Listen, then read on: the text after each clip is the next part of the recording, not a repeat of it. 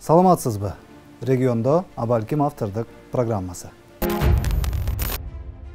Дагы айланып шайлоо жакындады.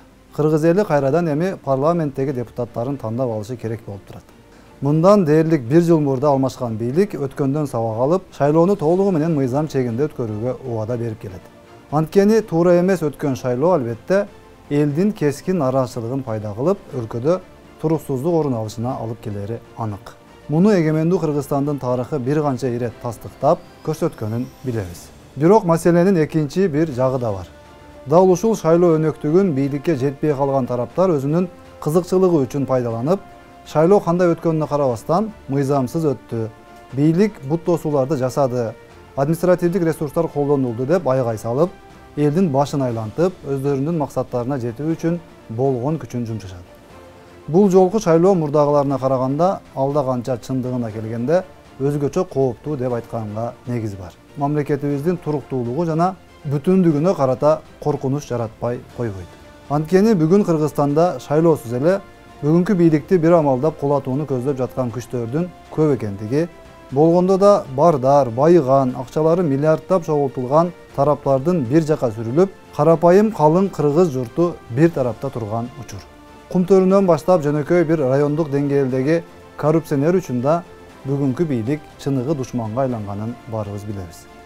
Бул бийликтин элдик саясатынан күйгөндүн баары бүгүн эми шайлоону шултоо кылып, өздөрүнүн негизги максатына жетүү үчүн жан үрөбөйт деп айтканга такыр мүмкүн эмес. Демек, бул шайлоо жөн гана парламенттик эмес, бүгүнкү бийликке каршы күчтөрдүн эптеп бир кыйкымтаап, абалды курчутуу үчүн колдоно турган рычагы болуп эсептелерин ар бир кыргызстандык түшүнүшү зарыл болуп турат. Кыргызстандын байлыгын каалагандай калчагандар үчүн бул шайлоо бийликке каршы иш кылуу үчүн шанс болду да калды.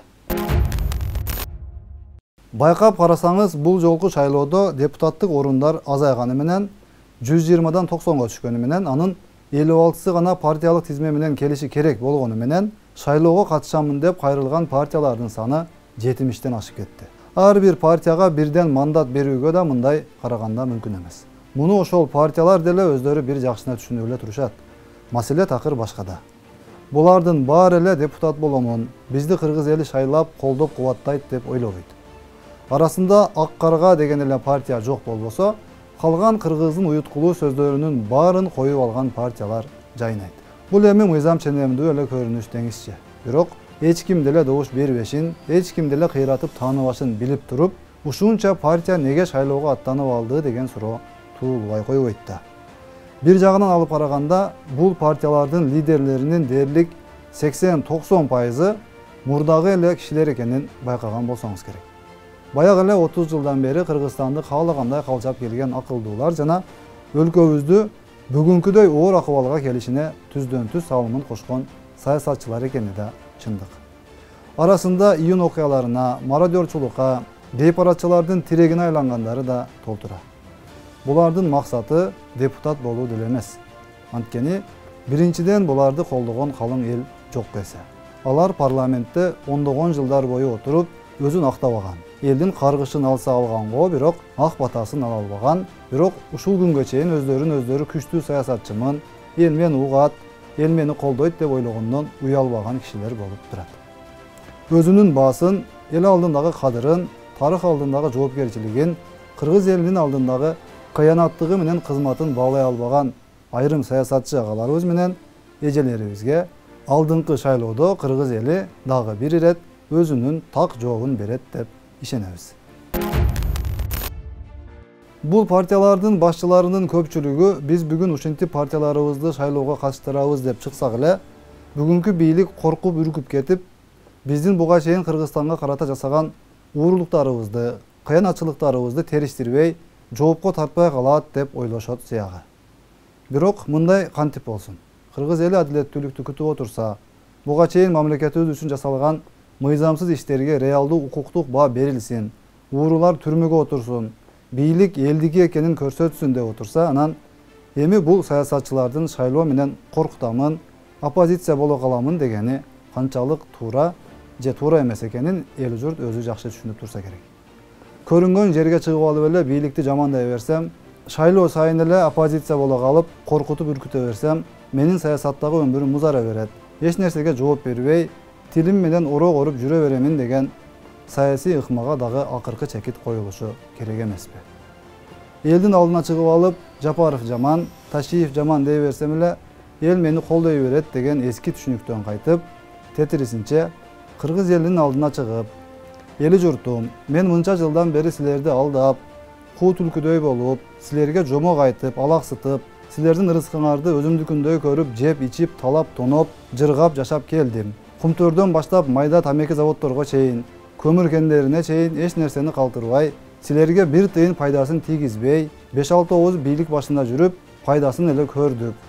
Бизге каршы чыккандарды алдадык, сатып алдык, камадык, караладык. Кыскасы, биз Аллах алдында кыргыз элинен кечирим сурайбыз. Эртең Кудайдын алдына барганда шайтандай болгон кылыктарыбыз үчүн, элибиз үчүн кылган арам жумуштарыбыз үчүн кантип жооп берерибизди билбейбиз. Бизди кечириңиздер.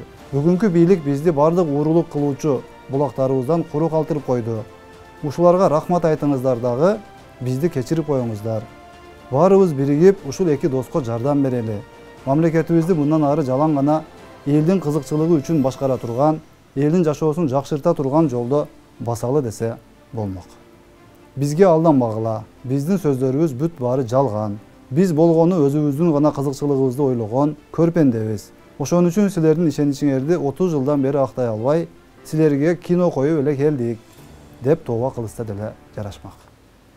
Бирок мындай болгон жок жана мындай болушу жакынкы арада мүмкүн эместей эле көрүнүп турат. Сүйлөсө периштедей көрүнгөн бул саясатчыларыбызга же кыргыз элибиздин айрым бөлүгү алданганын койбоду, же булар алдаганын койбоду. Аны менен биригип, муну менен биригип, эртең дагы ушул ондогон жылдардан бери жасап келе жаткан ыкмаларын колдонуп, ушул биздин ак пейил элибизди дагы алдап койбосо болгону. Алданбаңыз, добушуңузду акчага сатпаңыз.